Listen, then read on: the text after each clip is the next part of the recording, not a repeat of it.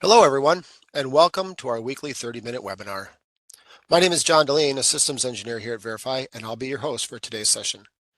We're going to talk about how to ease staffing issues with capacity utilization. Our presenter today is Victor Verba, our lead systems engineer here at Verify, and a father who's really sad to see camping season come to an end. You feeling this sting of the cool weather today? I am. It's getting a little chilly, John. It's getting a little chilly out there. Yeah, hard frost here this morning. Ooh, we're not that bad. Yeah. All right. Well, please note that these webinars are always recorded and posted within 24 hours. So if you have to leave early or just want to be able to review it again at your own pace, check the webinars page on our website for all past and upcoming sessions. First, we'll start off with an overview of our company and what we do. Then we'll jump into a live demo where Victor's going to be applying the use of capacity utilization to help monitor hunt groups, call queues, departments, so forth. We'll leave time for Q&A, so if you have any questions during the presentation, make sure to enter them in the Q&A panel. After Q&A, we'll award one lucky attendee a $50 Amazon gift card. So hang around to see if you've won. Verify is the preferred analytics and management solution for Cisco collaboration. Deployable either on-prem or as a hosted cloud solution, we provide industry-leading CDR reporting and call analytics, as well as customizable dashboards and widgets, UCCX reporting, remote phone control, change management, Cisco Cube CDR, and our latest additions, Zoom and WebEx call reporting. If you have any questions on any of our features, please contact us at support@verify.com or reach out to your account manager. One more thing before we kick this off. For an additional fee, Verify offers an enhanced consulting service to our customers. Verify's SE team engages with you on a one-on-one basis to remotely provide additional consulting, report building, dashboard configuration, and system monitoring assistance. This is a service that provides you a dedicated Verify SE to do the heavy lifting, giving you a stress-free, hands-off experience. For more information, please contact us or your account manager, and we'd be glad to speak more in depth about pricing and terms of service for our Enhanced Consulting Services, or ECS. I'm going to hand things off to Victor now, so please remember to submit any questions in the Q&A panel, and we'll address them towards the end of his presentation. Take us into the wild, Victor. All right, let me go ahead and share out my screen here. And thank you guys for joining us today on this webinar. One of the things we're going to focus in on today is going to be a little bit different than I think some of the previous webinars where we have. We're focusing a lot on the statistics and the customer experience. The number of calls coming in, how many are being abandoned, how many are going to voicemail, really kind of looking at some of those contact center-esque metrics, but getting them out of hunt groups or departments or extensions and things like that. Today, we're going to look a little bit more from a staffing perspective. And to do that, we're going to go ahead and leverage capacity utilization. Anybody familiar with what capacity utilization is or what it does? It was predominantly used around, understanding the capacity of your environment, T1s, PRIs, SIP gateways, and just getting an understanding of how many calls were taking place at once. If you can handle 23 calls on a particular T1, that's all the calls you can handle. It needs to either roll to a secondary or you're going to be getting busy signals. And that's what capacity was designed around. It's really looking at all of the calls, taking into things the start time, the end time of the calls, the duration of the calls, to really make a determination of how many calls are taking place at the exact same time. With capacity utilization, it can go a lot further than that. It doesn't necessarily need to be about just understanding capacity at your gateways. It can really be used to help understand the capacity of your staffing.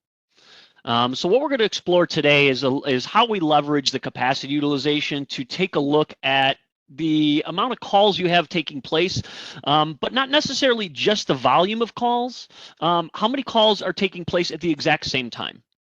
Okay, so why is that important? So let's say, for example, I have a department and or a hunt group or a call queue, and I have 10 people available to take calls on that particular call queue or hunt group or department or however you want to dissect the data. And I get, I don't know, let's say we get 30 calls in an hour. If I've got 10 people available, it's not too bad. It's 3 calls per person. So, you really look from a staffing perspective and say, well, there's no problem. We should easily be able to handle that many calls. But what if each of those calls is like 45 minutes? Or what if all of those calls come in between 12 and say 12:30? Well, in that case, what you're doing is you're building a capacity bottleneck. In other words, if all those calls came in around the same time and I had all of my agents on the phone at the same time, well, that means anything else coming in is not getting answered. And that's what capacity is really going to help you do. It's going to really help determine how many of those calls are taking place at once. In other words, how many of my staff are on the phone at the same time? Because if it's all of my staff for that department or that hunt group or that call queue, that means 1, maybe I have calls being queued, or 2, depending on what your hunt group does with those calls, they're rolling over to secondary hunt groups, or if it's a department, calls are starting to roll into voicemail and things like that. So what we're going to look at is how we leverage that capacity utilization to really understand how much of your staff is actually on the phone at a given time. And are you getting close to peak for that staff? Do you have enough wiggle room for lunches? Or let's say maybe your peak is at lunchtime. So we need to make sure we stagger our lunches a little bit better, or perhaps we can get assistance from a different department or some different individuals to be able to help alleviate a busy hour or a busy time of day. So with all that said, let's go ahead and take a look at how we generate some of these reports. So first thing I'm going to do is I'm going to start off in our history section here because really it's easy to find data and it's also easy to build a report. The first thing I'm going to look at is our departmental reporting. So departments are based off of end users and call managers. And if you don't use departments, that's okay. This doesn't have to be a department report. We're going to show a couple different examples of how we can generate the same thing. But I'm going to pick on a department because I want to show you some of the fields that we're going to look at here. And I'm going to talk a little bit about why we use some over other fields. All right. When we're doing our search for department, we're going to have our originating department. We're going to have our dial department. We're going to have our terminating department. Now, in the capacity utilization days, we would look at both the originating and terminating devices because we wanted to see if somebody originated a call in my group or is on a call that came into them. In other words, the originator of the call, they placed a call and maybe they're talking to John on his cell phone, or maybe they received a call from John and they're talking or John's on his cell phone and they're on the phone. So when we're looking at capacity utilization, the field that we're going to want to isolate is going to be the originating and terminating field. All right. Now, the reason that we want to isolate those two and not the originating, dialed, or terminating field is because in this case, a dialed number does not necessarily mean it's using one of my agents. So let's say, for example, John calls into my department here, and I'm going to pick on my rentals group. And the call doesn't get answered and John goes to voicemail. Well, John dialed that rentals department, but he's not actually using any of my staff because he's in voicemail. So we don't want those dialed calls to appear. We only want the calls to appear if one of my agents in rentals is actually talking or received a call and is talking on that call. We don't necessarily want to see the calls they missed because that doesn't bode to our capacity. That's just a standard report. If I want to see how many calls came in and go to voicemail, we can run a general departmental report, choose a voicemail category, and we can see that. But when we're talking about capacity, we really want to isolate just the people that are on the phone. And to do that, we're going to focus in on that originating or terminating field. It doesn't have to be department. It could be calling or called party number. It could be a hunt group. It could be a call queue, and we'll cover some of those examples in a second. But so the first thing we're going to do is isolate our department. And again, we're going to choose that originating or terminating CUCM department because we only want to see the people that are on calls. From here, I'm going to go ahead and add my search criteria. And just like I said, I'm going to pick on my rentals group because I know they get quite a few calls over here. The next thing I'm going to do is I'm going to adjust the date and time of this report. So a lot of times when we're doing general inbound, outbound reports or call volume reports, it's kind of okay to leave the call volume for all day. But because capacity utilization can also help calculate percent of usage, it's important that that percent is based off of an actual value, not 24 hours. So let's say, for example, I want to say, the percent of time 2 people are on the phone, but my business hours are 8 to 5. Well, if I'm calculating the percent of the whole 24 hours, obviously that's going to skew the percent of time that all of my agents are busy. So it's important when you're doing any kind of a capacity utilization like this that you are specifying your business hours as well as your business days of week. So for this, I'm going to go ahead and choose, well, first thing first, let's go ahead and choose a time frame. For this one, let's go ahead and do the current and previous week. Now, I know my staff is not there on Saturdays and Sundays, so I'm going to exclude those days from my report because I don't want those hours skewing my percentages. Next thing I'm going to do is I'm going to pick my time frames. I said my guys are here from 8 to 5, so I'm going to pick 8 a.m. to 4:59 p.m., and I'm going to apply those changes, and we're just going to view our results here. So essentially what this is going to do is it's going to basically bring back all of the calls that are either going to or from my rentals group. And it's going to isolate the calls where I have essentially an agent from my rentals department answering calls. Now you're going to see some zero duration calls in there. That's okay, because if it's zero duration, we're not counting them as being on the phone with somebody because there's no duration to those calls. So we don't necessarily need to isolate by duration. Capacity utilization in itself is going to do that for us by looking at the start times of the calls, the end times of the calls, and the duration to determine how many of these callers were on the phone at the same time. And if there is no duration, then obviously they weren't on the phone. So now what we're doing is we're just isolating our data. The next thing we're going to do is we're going to get into our report builder here, and I'm going to click export these results.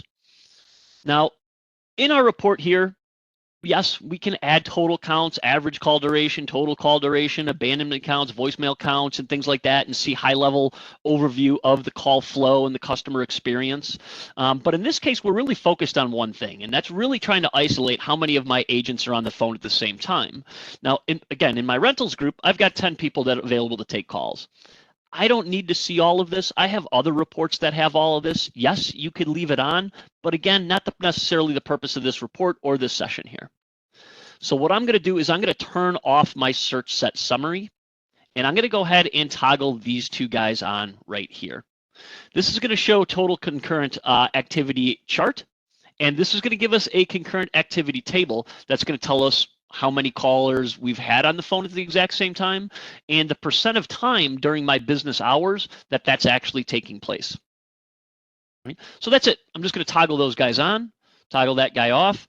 I don't need to see detail because I'm not looking to see 3,000 plus calls, so I'm going to toggle my detail off. And we're going to go ahead and just give this report a run right here, and we're going to talk a little bit about the results. There we go. All right, so now what we're doing is we're isolating just our one rentals department. We did that in our search. Now, like I said, I have 10 people available to take calls in this particular department. So what this is showing me is that over the previous 2 weeks, or the current and previous week, I peaked at 9 calls going on at once. So that lets me know that I have essentially one agent available to be able to take calls throughout the course of the previous 2 weeks at a peak. All right, now that peak only lasted for about a minute. So at any given time, I know with 10 staff, I'm probably pretty good to be able to get to most of my calls. Now, if I only had 9 people available, well, I know I've peaked out and I have nobody available to take calls in this department. Right? On average, I only have about 1, maybe 2 calls going on at any given time over the current and previous week for the 8 to 5 time frame. So when we start to talk about staffing, yes, I know I peaked at 9 calls. I have 10 people available, but on average, there's only 1 or 2 calls going on at any given time. So the next thing we're going to go ahead and show is what are those times. So this graph right here is going to break down all of the business days that we included and show our peaks and valleys. So what we can see here is we peaked at 9 calls on October 25th. That's our red one here. Or I'm sorry, October 5th, we peaked at 9 calls. Again, we peaked at 9 calls again. Here we peaked at 8 calls a couple times. So now we start to get an idea of how many folks we need to be able to handle these calls. So we can see on a lot of these days we're hitting that 5 call mark. So I know from my staffing perspective, I want to at least be able to cover the highs, but I don't necessarily need to do that all the time. So if I had 6 to 7 people available in this department, and again, this comes down to your organization and what you can understandably explain as a threshold. Is it okay that a couple callers go to my department's voicemail? If it is, yes, I may be able to cut down staffing because I could see really I have about 5 to 6, 7 calls going on. So if I went from 10 people to 7 people, there's a few calls that are going to be rolling to voicemail because I don't have staff available to take those calls. And for me, that's an acceptable limitation to be able to roll into a voicemail. Right? So the next thing we're going to look at here is this is the next day, October 11th. It just rolled onto the next graph because you can't fit all of those days in one graph. And we can see here we peaked at 7.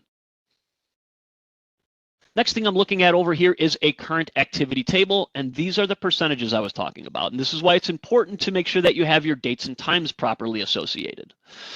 In this case, we could see 32% of my business hours, I don't really have any concurrent calls going on. 24% of the time, I've got about 1 call going on. 21% of the time, 2 calls going on, so on and so forth, all the way down to 9. And that 9 peak only lasted for about 53 seconds, is 0.02% of my current and previous week. So when we start to talk about staffing, I was looking at those metrics. We can see here, 2.5% of the time you have 5 calls going on. So I was talking about, well, if I had 6 or 7 people available to be able to handle calls instead of 10, well, I'm hitting a vast majority of my calling still. So this is a great way to be able to kind of look at, from a staffing perspective, well, how many people do I have to be able to take calls? How many people do I need? If I want to be able to cover all of my calls and make sure I always have somebody available, over the current and previous week, I know I need at least 9 staff members available at all times to be able to take calls. So this is looking at the data from a department perspective, but there's a lot of different ways to look at this. We have a lot of people that'll look at this from a department, but also from a hunt group perspective. So this is very important when we start to talk about our hunt groups, because that's that one line of business where those customers are funneling into an area that has a limited number of resource. So let's move away from departments for a little bit, and let's go ahead and take a look at a hunt group report. So moving away from originating and terminating department, I'm going to show you 2 different ways that we can run this report. I'm going to show you how we dig into the metrics for one particular hunt group. Then I'm going to show you a very kind of cool trick to look at hunt groups in kind of a more global perspective from a capacity utilization perspective. So when we look at hunt groups, I'm going to remove that filter, and we're going to focus in on that original called party number. If you're familiar with Verify at all, anytime we're running hunt group reports, we always like to utilize that original called party field because it's going to give us much better depiction of when a call is actually hitting the hunt group, regardless of whether it was answered or not answered, or whether it went to voicemail or was abandoned. That's if your hunt group can go to voicemail. Now, the next thing I'm going to show you is a cool little trick if we have time, and that's looking at the overall hunt groups, not just looking at one singular one. But in this case, we're going to look at one single hunt group here. And I'm going to keep my business hours and my time frames the same, and I'm going to click View Results. All right, so I can see for this particular hunt group, I've got 265 calls. Let's say I have 5 people available to take calls in my hunt group. Now, 265 is a great number. If we start to do the math, it's an 8-hour business day. We could break it down and say everybody's taking X number of calls. I'm going to show you a way to simplify that. So let's go ahead and export this information. We don't need to change anything here. I already have my search set information turned off. I have my concurrency turned on. And if we just run this report as is, you're going to see a report very similar to the departmental report that we just ran, except this one is going to be focused in on the hunt group 77280. And there we can see I peak at 2 concurrent calls. If I have 5 agents available, I've got some people available to take additional calls. From a staffing perspective, I'm pretty good. I could see that peak duration lasted about 21 minutes. So that was long. So if I only had 2 people available, or let's say 3 people available, for 21 minutes, I would not have been able to take additional calls because I would be using all of my staff. Or if I had 3 people available, I may have 1 person available to take any additional call. So again, a great way to look at this from a staffing perspective. In other words, how many folks do I need to be able to handle the volume that I have coming in? And what is the acceptable amount of, I don't want to say loss because it depends on what your hunt group does, but what is the acceptable level of calls being able to roll somewhere else or to a different group? On average, I have less than 1 call going on at any given moment. And here we take a look at our call graph. There we have our 2nd, 3rd, 4th, 5th. We can see we peak multiple times at 2 calls going on at once. Now, an interesting thing to mention here is, now let's say hypothetically, I only have 2 agents available. Well, then I can see that I may be missing calls for all of these peak times because these are all of the times I hit 2 agents. So again, looking at that acceptable amount of risk for a customer to be able to go to voicemail or go to a secondary hunt group, this is a great way to be able to look at that from a staffing perspective. Now, it's very well possible that perhaps I only have 2 people available for this particular group. And if that's the case, I'm only going to peak out at 2 because I can only have 2 people taking calls. For me, that's a potential problem because I can see I hit that peak several times throughout the day. And at one particular time, that peak lasted for 21 minutes. So if I had 10 people trying to call during that 21 minutes, they're either rolling to your secondary hunt group, rolling to voicemail, looping back into an auto attendant, or whatever your hunt group is designed to do. And then if I scroll down here, you're going to see that same concurrent activity table where I can look at the percent of time that my folks are not taking any concurrent calls and the percent of time that they are taking concurrent calls. Right. Another cool little thing I'm going to talk about, and I'll show you real quick, that I like to do with this particular report is I do sometimes like to add another option in here. So when I'm looking at my statistics, you've got several different options. Now, I turned this guy off on purpose because I'm not looking for total volume in this report. I'm really looking to understand how many calls I have coming in from a staffing perspective and how many people I have available to handle those calls. But a cool little option I like to go ahead and toss on is this guy, and that's show statistic call scenario volume table. So I'm going to keep this at an hour a day, and I'm really just going to look at the total volume of calls. You can add abandoned calls or answered calls, or depending on what your hunt group can do, voicemail calls in there as well, if you wanted to look at some different perspectives. But this is also a great little option to have turned on when you're looking at these reports because it will give you a little bit more insight into the average volumes. So here I can see, again, this is the same exact report. Here's all my capacity utilization. Here's everything that I had before. But now I added this cool little table right here that's going to break down my volumes per hour of day. So my total calls is 267. My average per hour of day is 29 calls. So we average 29 calls per hour a day. Now, that doesn't mean it's capacity. That doesn't mean both of my agents are on the phone at the same time. These are very short calls. The average total average duration per hour of day is about 45.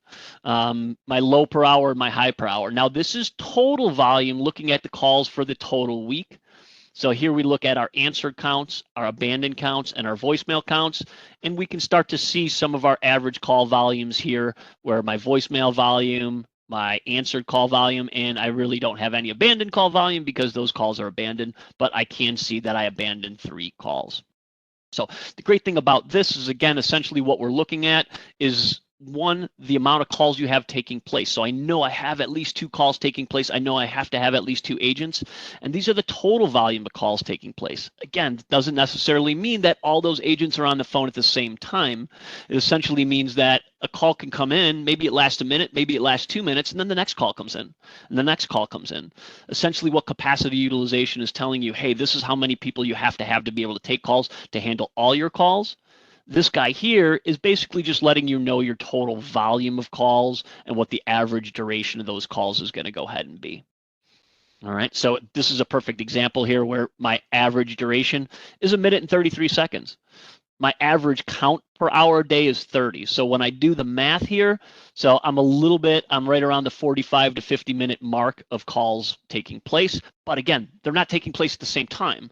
So it's one call after the other after the other. That's where capacity comes in. Right. I know we got a few minutes left here. I'm going to go ahead and show you another cool little option that we have here. We are looking at capacity, and I'm going to talk a little bit about, again, this is from the hunt group perspective. A lot of times people want to look at their hunt groups, you know, in more of an executive type style, and capacity is a great way to do that. So with our search set, we have a field called Hunt Pilot Description. All right. Now, there's a reason that we don't really use this field when we're building singular hunt pilot reports. And when I say that, I mean, I want to know the total volume of calls coming into the hunt pilot. I want to know the abandon rate, the answer rate, the voicemail rate, the transfer rate, things like that. We don't necessarily use this field. The reason being is if a call doesn't actually get answered by the hunt pilot, this field doesn't get populated from the Cisco data. So This field here is only going to show us calls that got answered at the hunt pilot, but it's a great way to be able to understand your activity across your hunt pilots. Now, in the very beginning, we talked about why we use originating and terminating fields only, because we only want to see the calls that are answered. Now, the nice thing about this field is it's only going to show you the calls that were answered. So when we run something like this is going to look at all of our hunt pilots that have a description, and it's only going to isolate the calls that were answered. All right, so this is showing all of my pilots, all of the calls that were answered. And let's see, do I have, I've got a couple other hunt pilots in there. Now, the nice thing about that is now we have capacity utilization, because again, we only want to see the calls that were answered and that are using our agent resources. So now we're going to change this up a little bit. So we're going to move away from the high-level search set statistics and capacity utilization. In other words, I don't need to see capacity utilization across all my hunt pilots. Unless you want to, then you can leave this on. I just want to see a breakdown of all of my hunt pilots and their capacity utilization. So for that, we're going to use the hunt pilot description, and we're going to go to grouping. Now we're going to enable data grouping, and we're going to group on our hunt pilot description. All right. We don't need all these bells and whistles again. Again, we're not looking for total volumes. We're not looking for abandoned counts, because you're not going to get any. Remember, this field we're searching here is only going to identify calls that are being answered or answered at the hunt pilot. So all of this other stuff here, it's not really necessary. We're going to toggle that off. And we're going to come down here, and we're going to go ahead and show our activity tables. And we could do charts too. And if you want to see the activity summary, we can go ahead and toggle that on as well. Now, the nice thing about this report is this is going to give you a nice breakdown for all of the hunt pilot and the hunt pilot descriptions that you have in your system, and show you peak capacity for each one of those. So great report, or great type of executive report to run at a high level, to just look at all the overall hunt pilots. So here we go. These are my hunt pilot descriptions. These are my peak utilization. This is my peak utilization time, total volume of calls. So when I'm looking at these, again, I don't have a lot of data. You guys are going to have a lot more data, and you can span much further than I can. You may want to look at this from a 3-month perspective and say, hey, how much did we peak on each of my hunt groups on a 3-month perspective? But by using the grouping and using that hunt pilot description search set, we're able to isolate just the calls that were answered, isolate all of the hunt pilots, and then show the peak utilization for each one of those hunt pilots across your organization. And of course, here we have the graphs, but you'll notice these graphs will be pretty stale because I don't have a ton of data in them. But here you go, October 2nd, Corolla sales, just one capacity going on at any given time.